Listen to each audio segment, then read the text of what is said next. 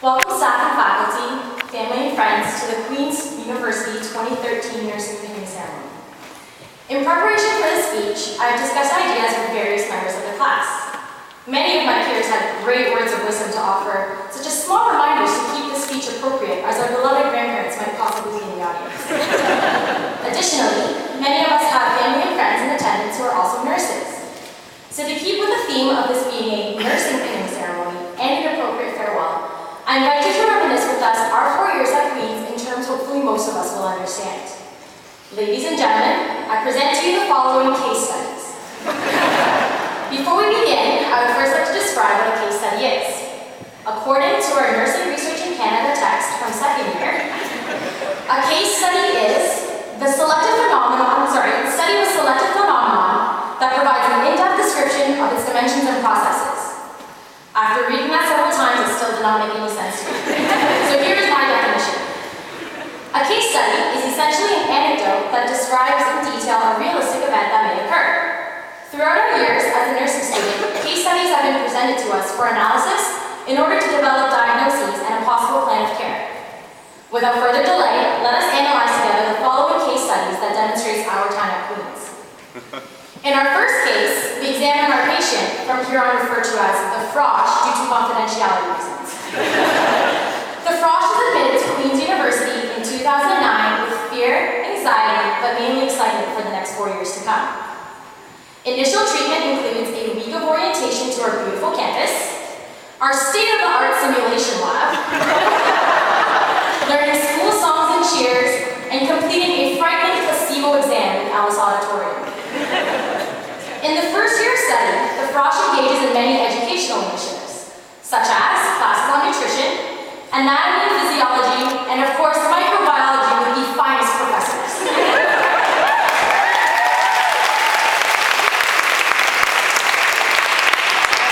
Scheduled post-tests at the end of each semester may have caused much stress and confusion.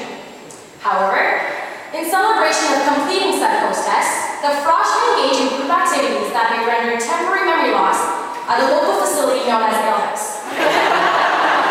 Our diagnosis: first-year syndrome related to being a new student, as evidenced by living on our own, confusing exam questions, and chocolate milk.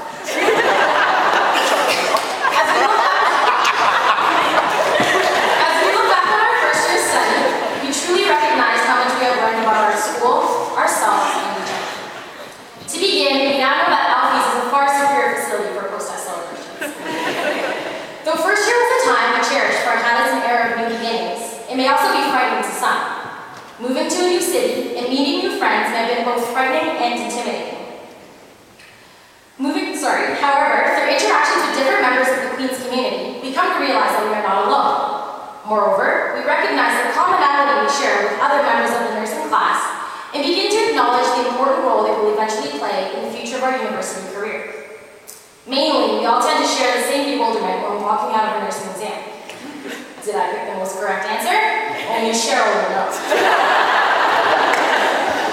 As we proceed to examine our second case study, I present to you our next patient, the nursing student. The nursing student has undergone 2 to 4 years of nursing study. Through the recommendations of the healthcare team, the nursing student has participated in numerous activities. Such activities may include, and are not limited to, participation in Frosh Week, introduction to clinical rounds, multiple skills labs, and resuscitation rounds. Educational initiatives may involve classes on pathophysiology, pharmacology, various types of nursing, as well as acute care nursing, again with the best professors available. Having passed the required tests and OSCEs, the nursing student can now practice advanced clinical skills, as well as confidently hold a baby and teach the numerous benefits of breastfeeding. Our diagnosis: upper year itis related to more years of study, as evidenced by our clinical experience, lack of sleep, and willingness to share our expertise with other years. While we reflect on our time as upper year nursing students, we come to see the unique role we play within our faculty. Not only have we developed a sense of camaraderie from the previous year among our class, we now have the opportunity to overtly show it. Whether through becoming a nursing frosh leader, joining various councils and clubs, or helping each other through simple notes and assignments, we are now becoming a part of the Queen's nursing family. Furthermore, we now possess the desire to share our wisdom with other students of the Queen's community. This may involve expanding our scope of practice, as well as disproving the myth that a nurse's main role is to clean bottoms. Moreover, we occasionally like to challenge the role that nurses actually play in Grey's Anatomy, even though it's still a popular show in our class.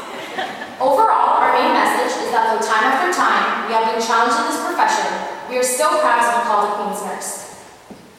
In our final case study, set in the future, we examine our potential patient, now known as the graduate. The graduate has overcome almost every obstacle encountered. Such treatments include late softer nights, early clinical mornings, and conquering the 12-hour shift.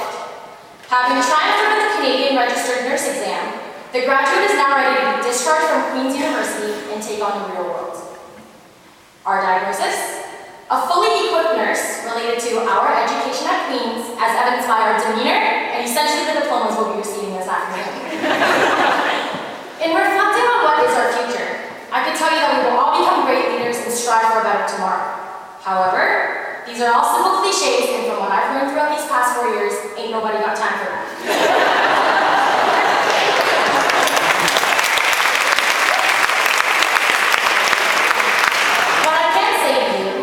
That we, the graduates, have a lot of potential. We have learned a lot from our fellow classmates and have helped each other holistically to build a strong foundation. Whether it be nursing in a hospital, the community, around the world, or not nursing at all, I believe that each and every one of us will be successful as individuals in our future endeavors. Though we may depart and go our separate ways, wherever we choose to go and whatever we choose to do, we are not in it alone and will always have each other for support and guidance.